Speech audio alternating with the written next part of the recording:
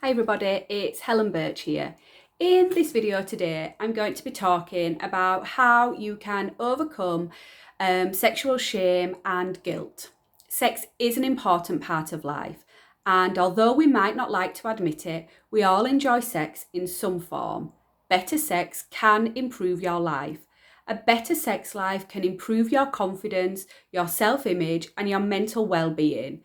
But if it's such a powerful tool, then why do so many of us have so much shame and guilt attached to sex? If you've been looking for ways to improve your sexual intelligence, identify sources of sex stress, and begin to let go of the shame and guilt around your problem, here are a few tips to get you started.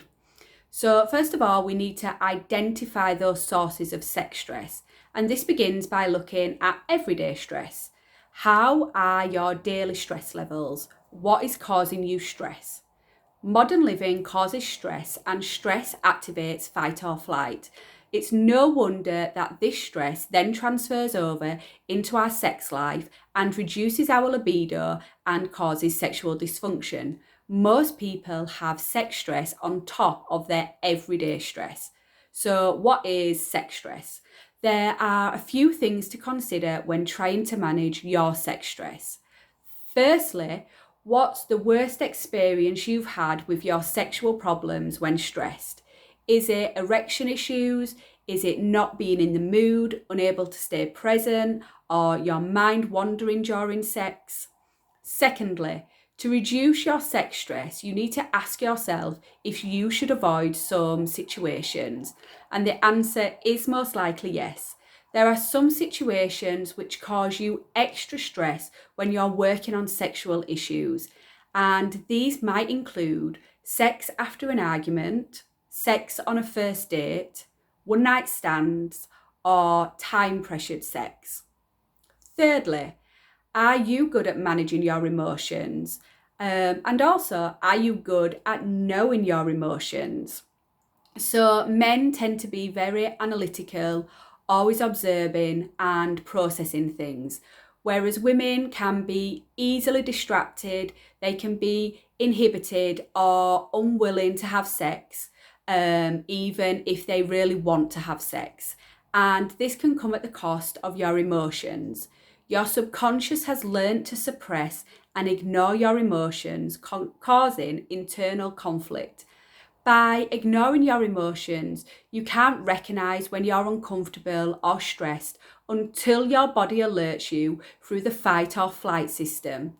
If your penis or vulva just won't work or get on board, then there is some internal conflict happening. So, what are those psychological blocks? Here is just a little bit of sex education. Emotions are needed for sex.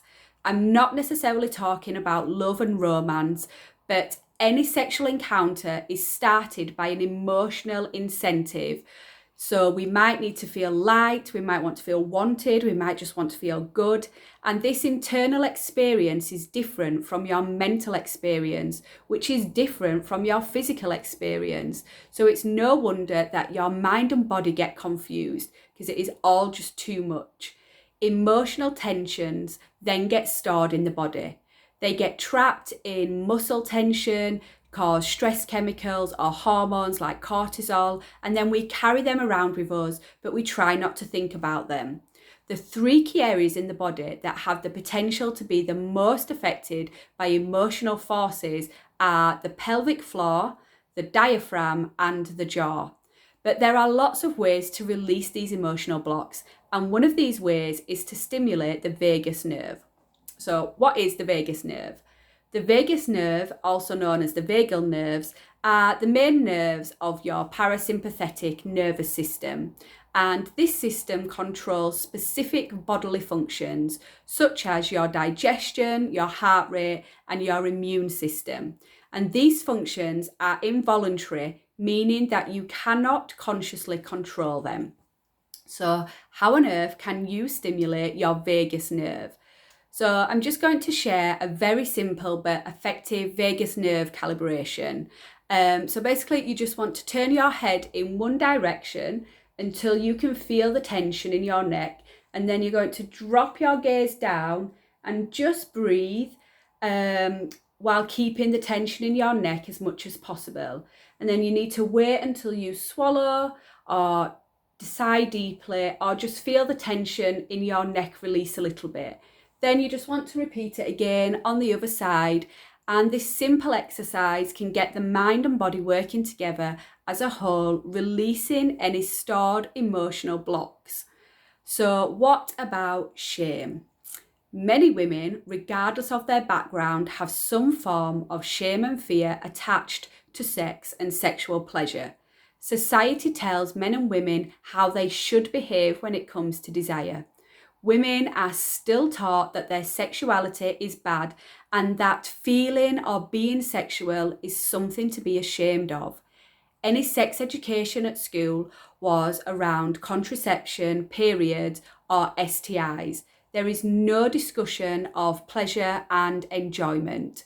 By focusing sex solely on reproduction rather than pleasure, shame has become internalized and reinforced generation after generation. For many men, shame comes mainly in the form of not being able to perform as a man is supposed to perform. Most men with sexual dysfunction will experience shame at some point, but shame is more than simple embarrassment, and it needs to be confronted before you can overcome your sexual issues, whatever those issues are. So how does shame feel? So feelings send us information, and when we don't do anything with that information, it can build up in different ways. To manage these feelings of shame, we need to build the connection between the body and the mind. When you feel the feelings of shame, locate those feelings where they are in your body and how would you describe them. Then, once you've located and described them, you can use a vagus nerve calibration like the one I shared earlier. The vagus nerve can be reset to release the feelings and stimulate the rest and digest system, which is essential for sexual arousal. Shame around sex can be complex, and it can include feelings of isolation, being self-critical, addicted to being busy, or annoyed with others. So I just want to ask yourself, do you treat yourself badly when sex doesn't go to plan?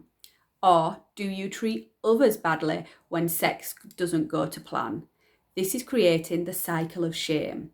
What is the cycle of shame? So it's normal to feel shame with sexual issues, and this shame can affect how we behave in all areas of our lives. We might be angry, withdraw from others, or distract ourselves with work. And these behaviours can create even more shame and negative self-talk. These behaviours then show back up in our sexual performance, causing sexual dysfunction and problems, creating the cycle of shame. A person may begin to feel that they deserve to feel bad about themselves. This leads to them further being critical about themselves for the things they do. The more critical we are about ourselves, the more the body goes into fight or flight mode, inhibiting our sexual desire, resulting in unsatisfactory sexual experience, leading to more shame. Sharing the feelings of shame can limit the power it has over you. Talking to your partner, a friend, or a therapist interrupts the loop of sexual issues, shame, and negative behaviour, creating new neural pathways in the brain. So, have you talked about your sexual issues and how they make you feel with a partner or with a therapist?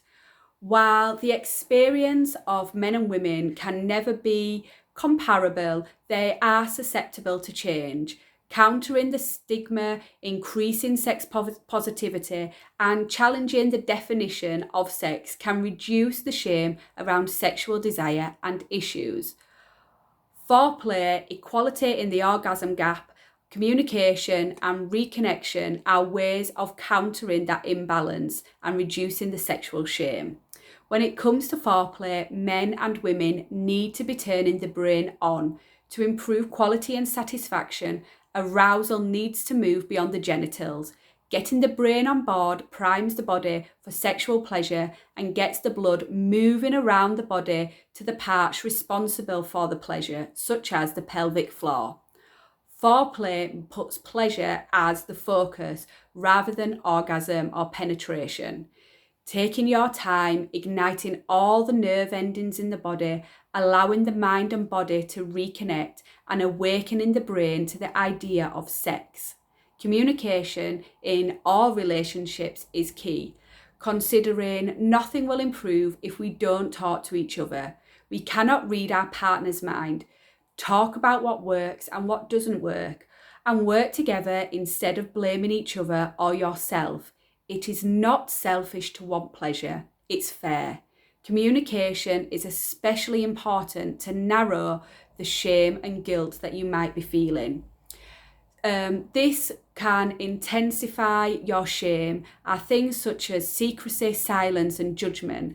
Allowing it to sit in your mind, the shame will only serve to continually feed the existing belief about how rubbish you are, how unlovable you are, how much of a bad person you are. Left unresolved, toxic shame can be the cause of a multitude of mental health issues, including things such as addiction, alienation, isolation, codependency, personality disorders, and anger and rage.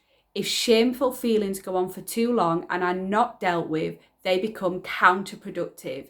Instead of those feelings making us better, they keep us in that negative cycle of shame, guilt, and anxiety. So, how can hypnotherapy help you let go of shame? Hypnotherapy is a powerful tool to help you let go of the feelings of shame. And the first step in overcoming shame is to recognize that you don't want to hold on to those feelings of shame anymore. The second step is to take action to let go of the shame. Hypnotherapy can be a very effective way of helping you accomplish both of those goals.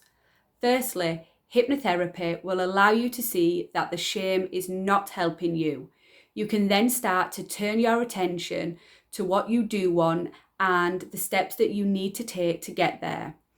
It will also help you to let go of those emotional baggages and blockages and those negative past sexual encounters. By cutting ties, you can release those connections from the past and create current connections that are serving you in a much more positive way. Hypnotherapy will also help you handle those negative thoughts, such as seeing life in such black and white terms. It will also allow you to reconnect your body and mind to create sexual pleasure. So I hope that you've enjoyed this video on how you can let go of shame.